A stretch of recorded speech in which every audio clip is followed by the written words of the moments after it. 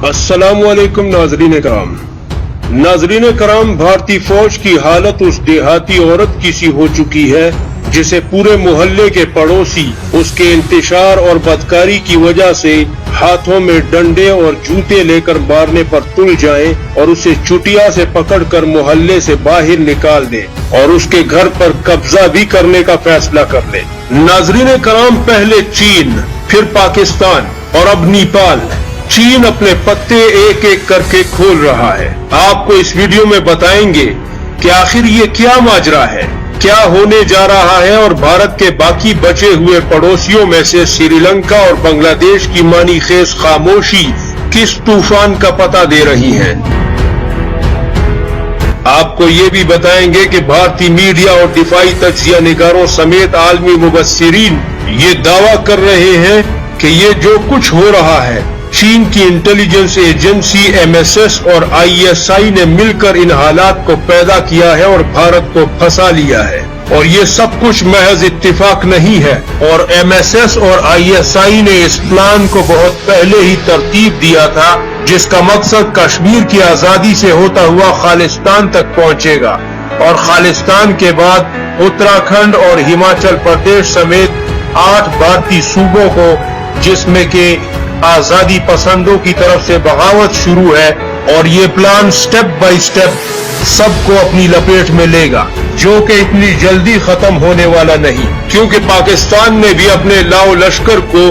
कश्मीर समेत भारत के साथ मुल्हिका इंटरनेशनल बॉर्डर के ऊपर मोर्चा जन होने का हुक्म सादिर किया है और वजीरिस्तान, वाना और अफगान बॉर्डर पर मौजूद अपनी फौज का वो बाकी हिस्सा जो 11वां और 12वां कोर भारत के साथ लड़ाई के लिए स्पेशलिस्ट समझे जाते हैं, उसे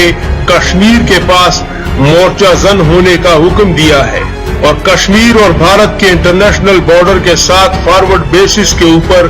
पाकिस्तान ने जंगी लड़ाका तैयारों की तादाद को हैरानकुन तौर पर कई गुना बढ़ा लिया है। नाज़रीन कराम, दिफाई माहिरीन और आलमी मुबस्सिरीन के मुताबिक सोशल मीडिया और इलेक्ट्रॉनिक मीडिया पर एक तूफान आया हुआ है कि जंग होगी, आज होगी, कल होगी, यानी जंग अब हुई कि तब हुई। तो सवाल ये पैदा होता है कि भारतीय फौज अगर घुटनों के बल बैठकर चीन से जिंदगी की भीख मांग रही है और रहम के लिए फरियाद कर रही है, तो फिर जंग किससे होगी और कौन लड़ेगा जंग? क्योंकि चीन के साथ जंग लड़ने के लिए भारतीय सेना को जो ताकत चाहिए वो तो उसके पास है ही नहीं, और ऐसी जुर्रत के बारे में वो सपने में भी नहीं सोच सकते। फिर ऐसे में भारतीय फौज का चीन की 75 लाख फौज के सामने हथियार उठाना महज एक खुदकुशी है। लिहाजा आलमी मीडिया और दिफाई तज्जिया निगार और दिफाई माहिरीन इस सोच में पड़े हुए हैं कि चीन अगर अमेरिका समेत पूरी दुनिया को अपनी ताकत और दबदबे का नजारा करवाना चाहता है तो वो मकसद तो वो पूरा कर चुका है। भारतीय फौज माफिया मांगने पर उतर आई है और भारतीय जनरल्स के दस्तखत किए हुए माफीनामे चीनी वजारत खारजा और दिफा के पास मौजूद हैं, जिन्हें वो मीडिया पर शाया करने वाले हैं। और दूसरी तरफ पूरी दुनिया में रूस, अमेरिका और इसराइल समेत कोई एक मुल्क भी ऐसा नहीं जिसने भारत का साथ देने के लिए फौज भेजने का बयान दिया हो या भारत के हक में चीन के खिलाफ कोई बयान दिया, क्योंकि चीनी हुकूमत ने पहले ही दुनिया को ये इंतबा जारी कर दिया था कि अगर अमेरिका या दुनिया के किसी भी मुल्क ने भारत के हक में चीन का सामना करने की जुर्रत की तो ये जंग अजीम को दावत होगी और चीन ऐसे मुल्क को सख्त से सख्त सजा देगा, ख्वाह वो अमेरिका ही क्यों ना हो। फिर ऐसे में पाकिस्तान, चीन और नेपाल का भारत के साथ लगी सरहदों को फौजी असलहे से रंगीन करने का क्या मतलब है, क्योंकि भारत तो शिकस्त को तस्लीम करके बैठा हुआ है और चीनी फौज भारतीय इलाके लद्दाख में कब्जा करके भारतीय जमीन पर दामाद की तरह बैठा हुआ है। और ये भी मुमकिन नहीं है कि पाकिस्तान और चीन जैसी दो एटमी ताकतें भारत के साथ जंग लड़ने पर तुल जाएं और पूरी दुनिया तमाशा करती रहे, क्योंकि आप चीन के एटमी हथियारों को एक तरफ रख दें, खुद पाकिस्तान के पास इतने एटमी हथियार हैं कि वो आधी दुनिया को जला दे और चीन के पास भारत से 8 गुना ज्यादा एटमी हथियार हैं, जबकि पाकिस्तान के पास भी भारत से 1.5 गुना ज्यादा एटमी हथियार हैं। तो अगर ऐसे में खुदा नख्वास्ता एक एटमी जंग होती है तो पूरी दुनिया में से क्या चीज बचेगी? भारत तो सुरमे का ढेर बनेगा ही बनेगा, लेकिन बाकी दुनिया का क्या बनेगा? तो क्या दुनिया हाथ पर हाथ रखकर तमाशा करती रहेगी? और दूसरी तरफ पाकिस्तान जो मुसलसल बॉर्डर के ऊपर फौज को बढ़ाता चला जा रहा है, साथ ही साथ उसने अपने फॉरवर्ड बेसिस में से सबसे अहम तरीन फॉरवर्ड बेस, जहां से श्रीनगर, कुपवाड़ा और पुलवामा के इलाके महज 200 और 300 किलोमीटर के फासले पर हैं, और जिस एयरबेस से सियाचिन पर भी हमला करने में इंतहाई आसानी है, स्कर्दू एयरबेस, जिस पर बहुत ज्यादा लड़ाका हथियारों की तादाद और गश्त बढ़ा दिया गया है, और इसमें F-16 समेत JF-17 थंडर तैयारों को, जिन्होंने 27 फरवरी को 2 भारतीय तैयारों का शिकार किया था, उन्हें भी वहां पे तैनात कर दिया। और भारत की ताबूत में आखिरी कील ठोंकने की गर्ज से पाकिस्तान ने भी अपनी फौज को जबरदस्त तरीके से हरकत दी है, और अफगान बॉर्डर, वाना और वजीरिस्तान से अपनी बाकी फौज बुलाकर पाकिस्तान ने अपनी पूरी सिपाह को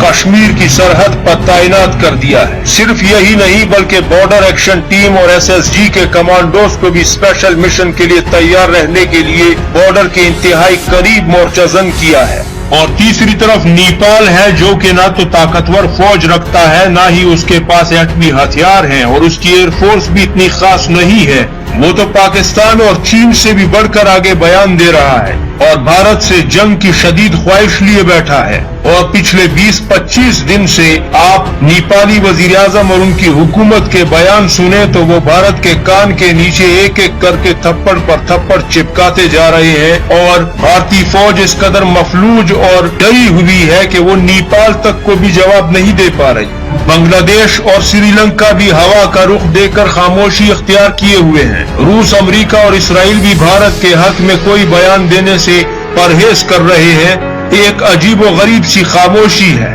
नाज़रीन कराम, आलमी मीडिया और दिफाई माहिरीन की इस बात में मुझे भी वजन लगता है कि जिसमें वो कह रहे हैं कि छोटे मोटे सरहदी तनाज़ात तो हर मुल्क के होते हैं, लेकिन उस पर इतने बड़े एक्शन नहीं लिए जाते। लेकिन ये सब कुछ जो हिंदुस्तान के साथ हो रहा है और उसे शदीद खौफ में मुब्तला किए हुए है, ये चीन की इंटेलिजेंस एजेंसी MSS और पाकिस्तान की इंटेलिजेंस एजेंसी ISI का एक ऐसा प्लान है जो उन्होंने पहले ही तरतीब दिया हुआ था। और इस प्लान की एग्जीक्यूशन का वक्त ये तय किया गया कि जब अमेरिका अफगानिस्तान से यकीनी तौर पर निकलने की बात करे और पाकिस्तानी फौज अपनी मगरिबी सरहद से फारिग होकर मुकम्मल तौर पर भारतीय सरहद पर लग जाए। और इस मंसूबे को पाया तकमील तक पहुंचाने के लिए एक मुनासिब वक्त का इंतजार किया गया,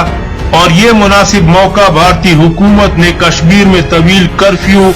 और 35A और आर्टिकल 370 के खात्मे के बाद फराहम किया। और इस तरह भारत ने अपने ही पांव पर कुल्हाड़ी मारकर चीन और पाकिस्तान जैसी दो बड़ी ताकतों को कश्मीर पर हाथ डालने का जवाब दिया, और बरसों बाद पाकिस्तान और चीन को एक साथ भारत के खिलाफ जंग लड़ने की वजह फराहम की। लिहाजा अब भारत की डरी और सहमी हुई हालत किसी भी तरीके से जंग लड़ने के काबिल नहीं है, लेकिन पाकिस्तान और चीन भारत पर इस कदर शदीद दबाव डालना चाहते हैं ताकि भारत खुद ही